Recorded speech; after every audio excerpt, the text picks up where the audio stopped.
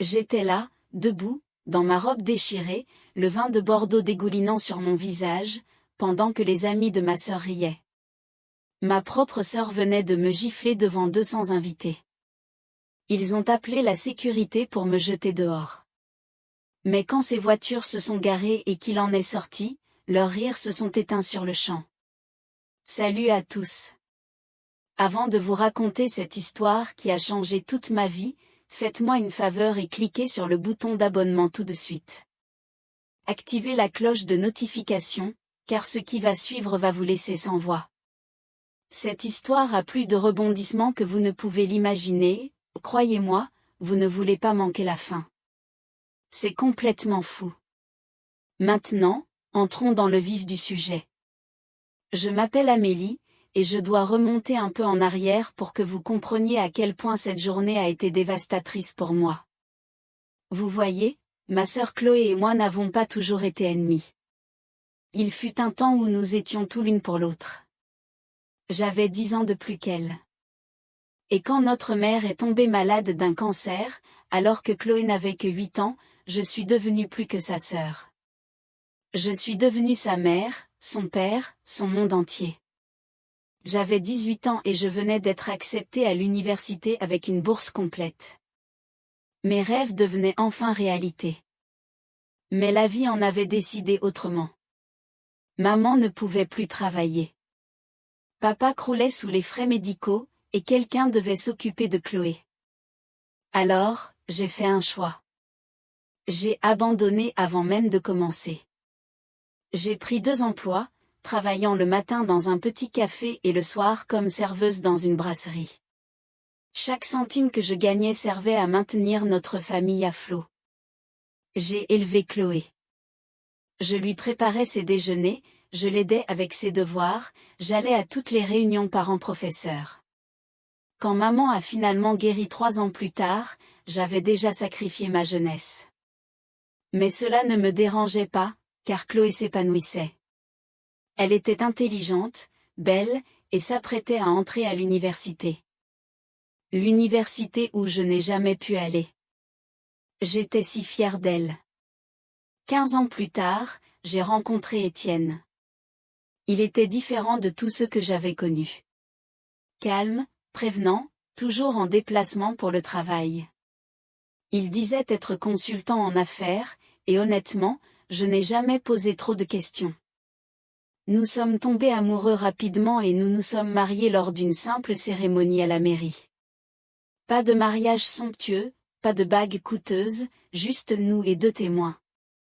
Étienne était souvent absent pour le travail, parfois pendant des semaines. Mais quand il était à la maison, il me donnait l'impression d'être la seule personne qui comptait au monde. Ma famille ne l'a jamais vraiment apprécié. Maman faisait des commentaires du genre: a-t-il seulement un travail stable? Papa lui adressait à peine la parole. Et Chloé? Eh bien, Chloé avait changé. Elle avait obtenu son diplôme, décroché un poste dans une agence de marketing et avait commencé à sortir avec Maxime, le fils d'un magnate de l'immobilier. Soudain, ma petite sœur, que j'avais élevée avec tant d'amour, est devenue quelqu'un que je ne reconnaissais plus. Elle était obsédée par les sacs de grandes marques, les restaurants chers, et méprisait quiconque n'appartenait pas à son nouveau cercle socialisé. Quand elle s'est fiancée à Maxime, j'étais sincèrement heureuse pour elle. Je pensais que peut-être, juste peut-être, le jour de son mariage, nous pourrions renouer, redevenir sœurs. J'avais tellement tort. Le faire-part est arrivé par la poste avec une note manuscrite de Chloé qui disait: essaie de ne pas nous faire honte. Tenue de soirée exigée. Mon cœur s'est serré en lisant ces mots, mais je me suis convaincue qu'elle était simplement stressée par le mariage. Puis maman m'a appelée.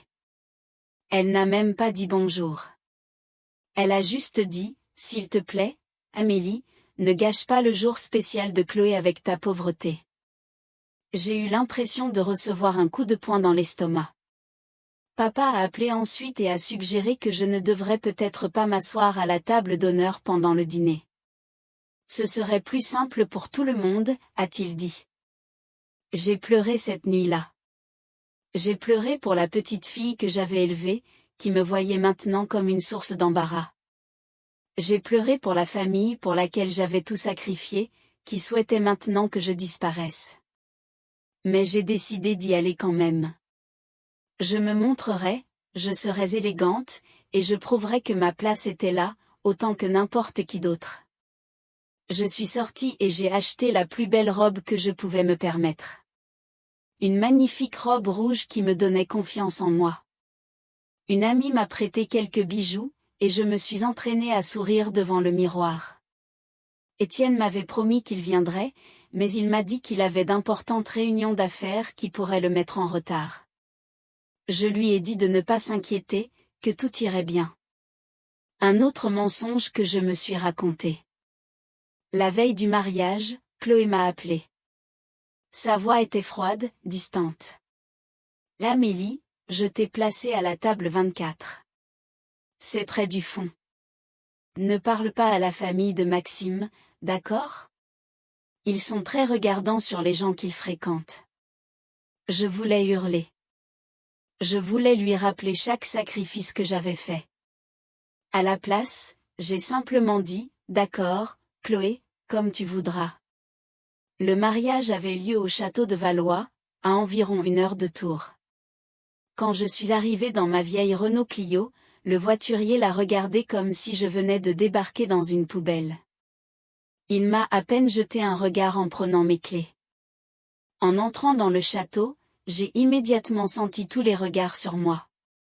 L'agent de sécurité m'a même arrêté pour me demander si j'étais bien invitée. J'ai dû lui montrer mon faire-part juste pour pouvoir entrer. Ça aurait dû être mon premier indice sur la façon dont cette journée allait se dérouler. J'ai trouvé le plan de table dans le hall principal. La table 24 était littéralement à côté de la sortie des cuisines, aussi loin de la table d'honneur que possible. Je suis restée là, à fixer mon nom, me sentant si petite, si indésirable. J'avais besoin d'un moment pour me ressaisir, alors je me suis dirigée vers les toilettes. C'est là que les choses ont commencé à vraiment mal tourner. Je retouchais mon maquillage, essayant de me remonter le moral devant le miroir, quand 3 des demoiselles d'honneur de Chloé sont entrées. Manon, Léa, et Camille.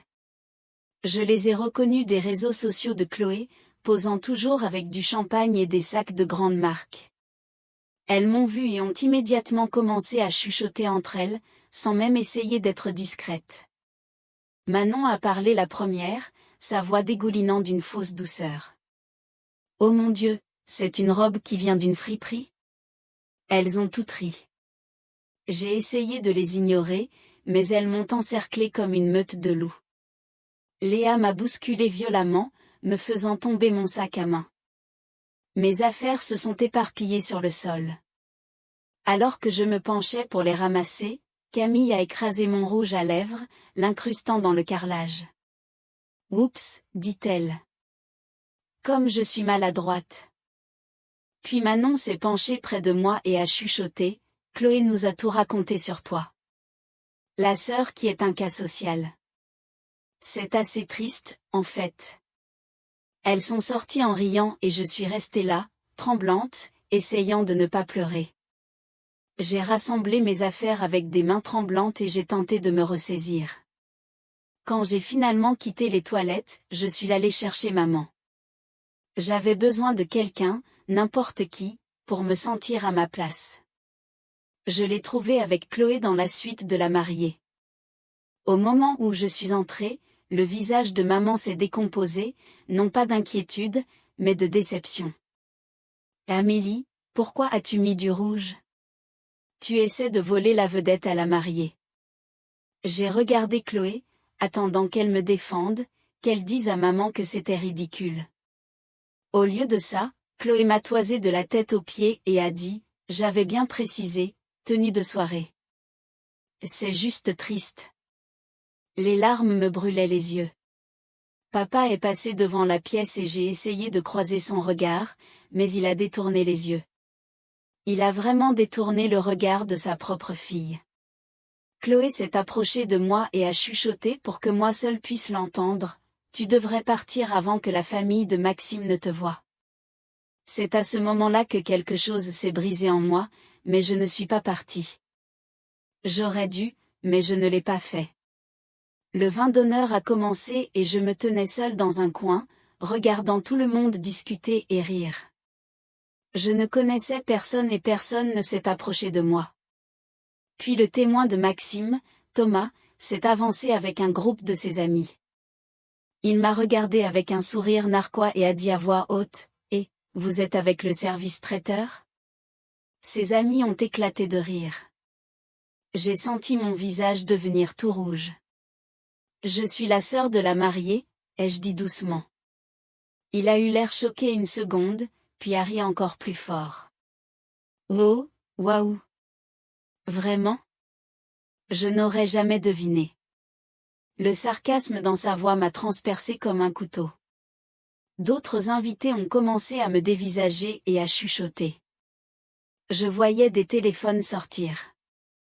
Les gens devaient probablement s'envoyer des textos au sujet de la pauvre, pathétique sœur de la mariée. J'ai décidé que je devais simplement rejoindre ma table et tenir jusqu'à la fin du dîner. Ensuite, je pourrais partir et ne plus jamais revoir ces gens. Mais alors que je marchais vers la salle à manger, Manon a délibérément tendu le pied. Je ne l'ai pas vu avant qu'il ne soit trop tard. Je suis tombée lourdement, mes mains heurtant le sol en marbre.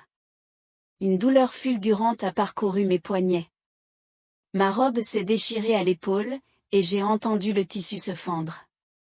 Des exclamations de stupeur ont résonné dans la pièce. Manon se tenait au-dessus de moi, un air de fausse inquiétude sur le visage. Oups! Si maladroite. Les gens enregistraient, c'était certain maintenant. Je voyais les téléphones pointés sur moi. Léa s'est précipitée, soi-disant pour m'aider, mais ce faisant, elle a versé tout son verre de vin de Bordeaux sur le devant de ma robe. Oh non, je suis tellement désolée. Cette tache ne partira jamais. Elle n'était pas désolée. Aucune d'entre elles ne l'était. Elle prenait plaisir à ça. J'étais à quatre pattes, trempée de vin, la robe déchirée, devant 200 personnes. J'étais leur divertissement. Je me suis relevée tant bien que mal et j'ai couru vers le couloir, les larmes coulant sur mon visage. Je voulais juste partir. Je voulais disparaître. Mais Chloé m'a rattrapée avant que je puisse atteindre la sortie. Elle m'a attrapé le bras et m'a fait pivoter. Pendant une seconde, j'ai cru qu'elle allait peut-être enfin montrer un peu de compassion. Qu'elle redeviendrait ma sœur. Comment as-tu pu les laisser me faire ça, ai-je sangloté. Ses yeux étaient froids, plus froids que je ne les avais jamais vus. C'est toi qui as fait ça. Tu es venue ici en ayant l'air d'une mendiante. Je n'en croyais pas mes oreilles. C'est moi qui t'ai élevée. J'ai tout abandonné pour toi. Ma voix se brisait. Elle s'est approchée, le visage tordu par la colère. Et j'en ai marre qu'on me le rappelle. Tu es pathétique, Amélie. Tu te prends pour une martyre. Tu es juste jalouse de ma réussite. Tu l'as toujours été. Puis elle m'a giflé violemment en plein visage. Le son a résonné dans le couloir.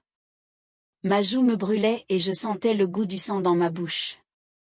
Plusieurs invités nous avaient suivis et regardaient à travers les portes vitrées. J'ai touché mon visage, sous le choc, et Chloé est restée là, respirant fort, sans même avoir l'air désolée. Sylvie, la mère de Maxime, est apparue, s'avançant vers nous avec un air de dégoût. « Mademoiselle, vous faites une scène. » Je me suis tournée vers elle, ma voix à peine un murmure.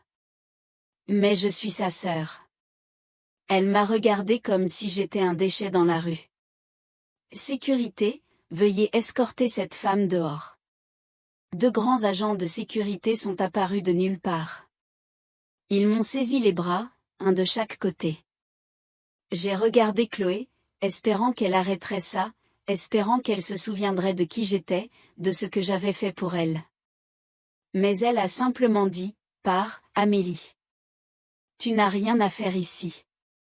Monique était dans l'embrasure de la porte. Elle a tout vu. Elle a vu sa fille se faire malmener par des agents de sécurité et elle n'a rien fait. Elle s'est juste retournée et s'en est allée. Les agents ont commencé à me tirer vers l'entrée principale. Les invités étaient rassemblés aux fenêtres, regardant, filmant. J'étais complètement humiliée, anéantie. C'était fini. C'est ainsi que ma relation avec ma famille se terminait, dans une disgrâce publique. Ils m'ont traînée jusqu'à l'entrée principale et je pleurais si fort que j'avais du mal à respirer. J'ai réussi à sortir mon téléphone avec des mains tremblantes et j'ai envoyé un texto à Étienne. Je n'en peux plus. Il me déteste. Je ne vaux rien. Les agents s'apprêtaient à me pousser dehors quand soudain, tout s'est arrêté. 3 voitures noires se sont garées devant l'entrée. Pas n'importe quelle voiture. Une Rolls-Royce, une Mercedes-Maybach et un Range Rover. Le genre de voiture qu'on voit dans les films. Tout semblait se dérouler au ralenti. Les portières se sont ouvertes et des hommes en costume coûteux sont sortis. On aurait dit des agents des services secrets.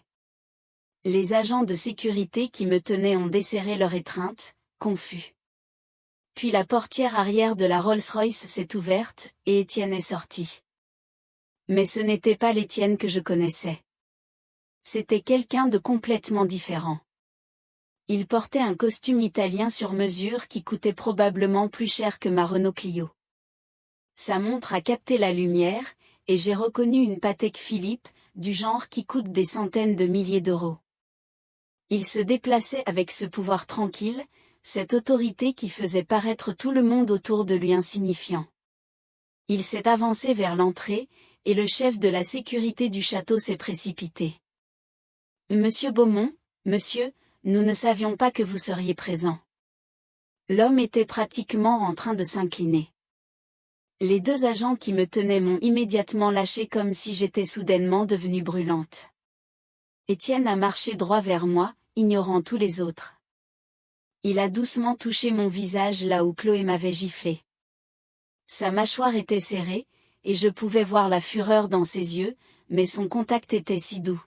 « Qui t'a fait ça ?» Sa voix était basse, mais terrifiante.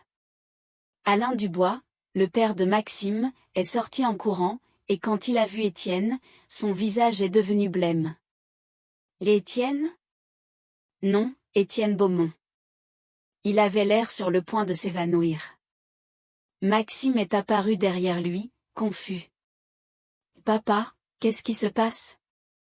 Alain Dubois a attrapé le bras de son fils si fort que j'ai cru qu'il allait le lui briser. L'imbécile. C'est Étienne Beaumont, le PDG du groupe Beaumont. J'ai vu le visage de Maxime se décomposer en réalisant, le Étienne Beaumont, le milliardaire. Soudain, tout le monde sortait son téléphone, cherchant frénétiquement sur Google. Je pouvais entendre des exclamations de stupeur à la lecture des articles. Fortune nette, 8,7 milliards. Le plus jeune milliardaire autodidacte. Le magnate de la tech rencontre les dirigeants du monde. Des photos d'Étienne avec des présidents, des célébrités, des titans des affaires défilaient sur les écrans. Les murmures s'intensifiaient. Tout le monde me regardait avec des yeux complètement différents. À ce moment, Chloé s'est frayé un chemin à travers la foule. Quand elle a vu Étienne, vraiment vu, son visage est passé de la confusion à l'horreur absolue. Elle savait. Elle savait exactement qui il était maintenant. Sylvie, la mère de Maxime, a eu le souffle coupé, la main devant la bouche. « C'est votre mari ?» m'a-t-elle demandé, incrédule. La foule était en effervescence, chuchotant, filmant, tout le monde essayant de se rapprocher. Étienne s'est tourné vers Alain Dubois. Sa voix était calme, mais glaciale. « Je crois que votre service de sécurité s'apprêtait à expulser ma femme. » Alain Dubois était maintenant en sueur, balbutiant. « Monsieur, il y a eu un terrible malentendu. » Les yeux d'Étienne se plissèrent. Aucun malentendu. J'ai tout vu. Il regarda les deux agents qui m'avaient empoigné. Vous êtes tous les deux renvoyés. Avec effet immédiat. Le chef de la sécurité du château intervint. Oui, monsieur. Absolument, monsieur. Tout de suite, monsieur. Puis Étienne fit quelque chose que je n'oublierai jamais. Il se tourna pour s'adresser à toute la foule qui s'était rassemblée. Sa voix était claire et autoritaire. Je suis arrivé en avance. J'ai observé depuis ma voiture. Il pointa du doigt Manon, Léa, et Camille, qui essayaient de se cacher derrière d'autres invités. Je vous ai vues toutes les trois agresser ma femme dans les toilettes grâce aux caméras de surveillance du château. Les trois jeunes femmes devinrent livides. Je l'ai vu se faire un croche-pied, se faire jeter du vin dessus. Puis il regarda directement Chloé. Et j'ai vu sa propre sœur la gifler. Les halètements de la foule étaient audibles, même par-dessus les battements de mon cœur. Chaque téléphone enregistrait. Ceci allait se retrouver partout. Maxime paniquait. Il essaya de s'approcher d'Étienne. Monsieur Beaumont, je ne savais pas qu'Amélie était. Étienne le coupa. Vous ne saviez pas que la femme qui se faisait expulser était la sœur de votre fiancé? Ma femme? Maxime ouvrit la bouche, mais aucun son n'en sortit. Étienne continua. Est-ce que ça aurait changé quelque chose si vous aviez su qui j'étais? L'auriez-vous traité différemment? Alain Dubois essayait désespérément de sauver la situation. Monsieur Beaumont, s'il vous plaît, nous pouvons en discuter. Notre société essaie d'obtenir un rendez-vous avec le groupe Beaumont depuis 2 ans. L'expression d'Étienne ne changea pas, essayait, au passé. Cette opportunité n'existe plus. Je vis le visage d'Alain Dubois s'effondrer. Et le financement dont vous avez besoin pour votre projet en centre-ville? Refusé. Je m'en assurerai personnellement. Alain Dubois avait l'air au bord de la crise cardiaque. Mais monsieur, nous allons tout perdre. La voix d'Étienne était glaciale. Vous auriez dû y penser avant de regarder votre sécurité malmener ma femme. Ma mère, Monique, se fraya soudain un chemin à travers la foule. Son visage avait complètement changé. Maintenant, ce n'était que sourire et sollicitude. Amélie, ma chérie, il y a eu une telle confusion. J'étais sur le point de te défendre. Quelque chose en moi a cédé. Toutes les années de douleur, de sacrifice, d'être traité comme si je ne valais rien n'ont refait surface. Et ne fais pas ça, dis-je. Ma voix était plus forte que ce à quoi je m'attendais. Mais ma chérie, j'allais justement. Continua-t-elle. Tu as regardé, les jeux interrompus. Tu n'as rien fait quand elle m'a giflé. Tu t'es retourné et tu es parti. Étienne s'approcha de ma mère. Vous avez dit à votre fille de ne pas gâcher le mariage avec sa pauvreté. Le visage de Monique vira au rouge écarlate. Elle n'avait pas réalisé qu'Étienne avait entendu cette conversation. Jean-Pierre se tenait derrière elle, incapable même de lever les yeux. La honte sur son visage était évidente, mais il était trop tard. Bien trop tard. Chloé pleurait maintenant, le mascara coulant sur son visage. Elle tenta de s'approcher de moi. Amélie, je suis désolée. Je ne savais pas qu'il était. Je sentis de nouveau les larmes me monter aux yeux, mais cette fois, elles étaient différentes. Et tu ne savais pas quoi, Chloé? Que mon mari était riche? Elle tendit la main vers moi, mais je reculai. Est-ce que ça aurait changé la façon dont tu m'as traité? M'aurais-tu aimé de nouveau si tu avais su? Non, je veux dire, c'est juste, la pression du mariage, sanglota-t-elle. Je secouai la tête. Étais-tu désolée quand je t'ai élevée? Quand je te nourrissais, quand je payais tes études avec l'argent de 2 boulots pendant que tu dormais paisiblement? Elle était en train de s'effondrer complètement. J'étais stressée. Je ne le pensais pas, pleura-t-elle. Tu m'as giflé, Chloé. Tu m'as regardé dans les yeux et tu as giflé ta propre sœur. La sœur qui a tout abandonné pour toi. Maxime regardait alternativement Chloé et Étienne. Et je pouvais voir son esprit travailler. Il s'est tourné vers Étienne et a dit, « Monsieur, peut-être que nous pouvons trouver un arrangement. » Si je... Il marqua une pause, et je vis Chloé le regarder avec un espoir désespéré. Si j'annulais le mariage, reconsidéreriez-vous le financement? Le visage de Chloé passa de l'espoir à la trahison la plus totale en un instant. Étienne regarda Maxime avec dégoût. Vous sacrifieriez votre fiancé pour faire des affaires avec moi? Maxime rétropédala rapidement. Non, je veux dire, je pensais juste. Étienne le coupa. Vous méritez l'un l'autre. Le couple parfait. Manon, Léa et Camille essayaient de s'éclipser discrètement à travers la foule. La voix d'Étienne les arrêta net. Pas si vite. Elles se figèrent comme des biches prises dans les phares d'une voiture. J'ai toutes les vidéos de surveillance des toilettes. Chaque seconde de ce que vous avez fait à ma femme. La voix de Léa tremblait.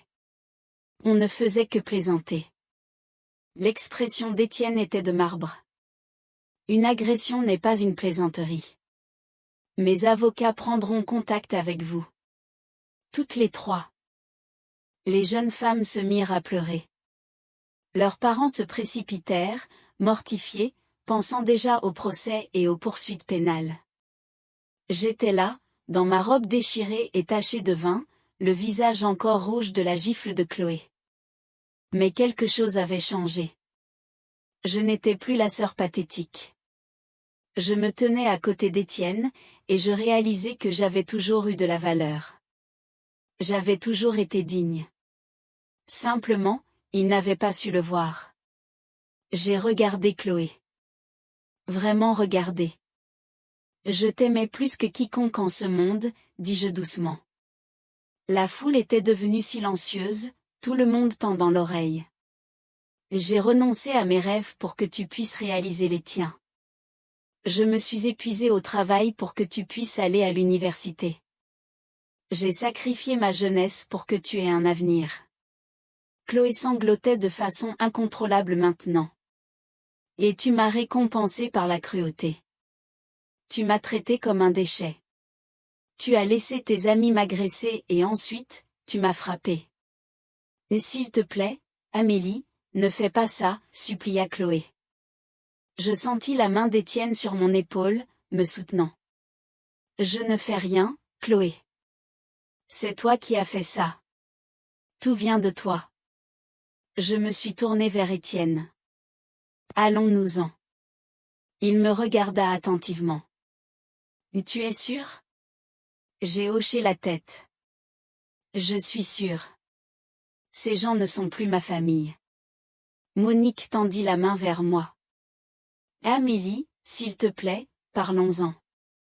Je l'ai regardé et pour la première fois de ma vie, je n'ai pas ressenti ce besoin désespéré de son approbation. Tu as fait ton choix, maman. Tu l'as fait quand tu les as regardés me faire du mal et que tu n'as rien fait. Jean-Pierre prit enfin la parole. Ma chérie, commença-t-il. Non. Je l'ai coupé. Simplement, non. J'ai passé toute ma vie à essayer de vous rendre fiers. C'est fini. Alors qu'Étienne et moi nous tournions pour partir, il s'arrêta. Il sortit son téléphone et passa un appel rapide. Oui, finalisez ça maintenant, dit-il à son interlocuteur. Puis il se tourna vers la foule. Oh, une dernière chose. Tout le monde le regardait, suspendu à ses lèvres. Ce château, je viens de l'acheter il y a 20 minutes. J'ai conclu l'affaire alors que j'étais assis dans ma voiture, à regarder ma femme se faire maltraiter. Les exclamations de stupeur furent assourdissantes. Le directeur du château se précipita. Monsieur, quelles sont vos instructions? Étienne regarda autour de lui tous les invités, les décorations, l'installation fastueuse qui avait probablement coûté des centaines de milliers d'euros. Ce mariage est annulé. Remboursez tout le monde. Envoyez la facture à mon bureau. Je couvrirai tous les frais. Chloé hurla. Non, vous ne pouvez pas faire ça. Étienne la regarda calmement. Je viens de le faire. Peut-être que la prochaine fois, vous réfléchirez à 2 fois avant de traiter les gens comme s'ils étaient inférieurs à vous. Il se tourna vers son équipe de sécurité. Assurez-vous que tout le monde parte dans le calme. Étienne posa sa veste sur mes épaules, couvrant ma robe déchirée et tachée. Son équipe de sécurité nous a entourés alors que nous marchions vers la Rolls-Royce. La foule s'écarta comme la mer Rouge. Chaque téléphone enregistrait. D'ici quelques heures, ce serait partout sur les réseaux sociaux. La sœur de la mariée à un milliardaire. Le mariage qui a été annulé. La famille qui s'est détruite par cruauté et snobisme. Je n'ai pas regardé en arrière. Pas un regard pour Chloé, qui hurlait et pleurait. Pas un regard pour la famille de Maxime, qui était en plein chaos. Pas un regard pour ma mère, qui s'était effondrée sur une chaise, réalisant enfin ce qu'elle avait perdu. Pas un regard pour mon père, qui se tenait là comme une statue, incapable de bouger ou de parler. J'ai juste avancé, aux côtés de l'homme qui m'aimait vraiment, vers une vie où plus jamais je ne laisserai quiconque me faire sentir que je ne valais rien. Étienne m'a ouvert la portière et je me suis glissé dans l'intérieur luxueux. Alors que nous nous éloignions de ce château, je l'ai regardé disparaître dans le rétroviseur.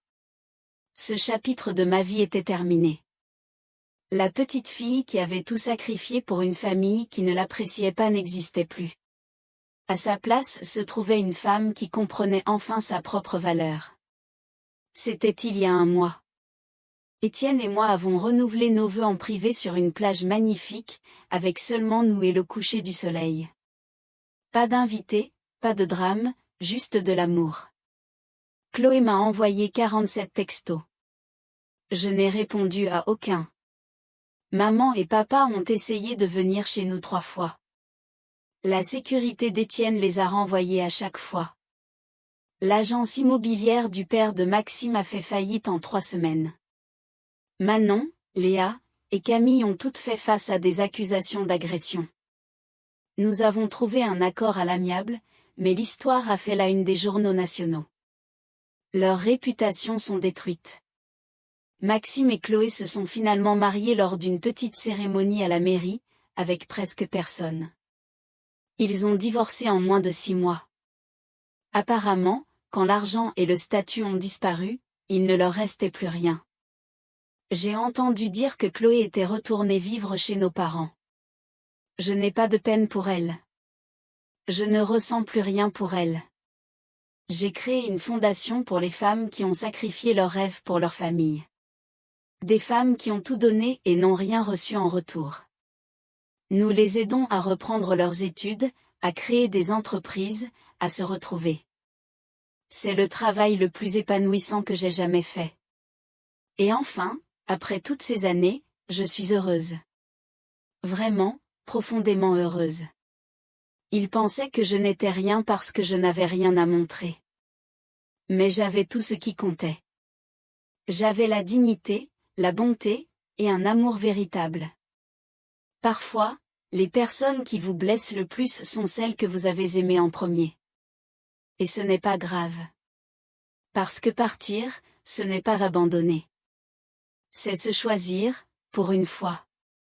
C'est comprendre que vous méritez mieux. Et c'est mon cas. Je mérite tellement mieux. Si cette histoire vous a donné des frissons, mettez un gros pouce bleu tout de suite. Laissez un commentaire et dites-moi, auriez-vous pardonné à Chloé ou est-ce qu'Amélie a été trop gentille? Pensez-vous que la famille méritait ce qui lui est arrivé? Je veux savoir ce que vous en pensez.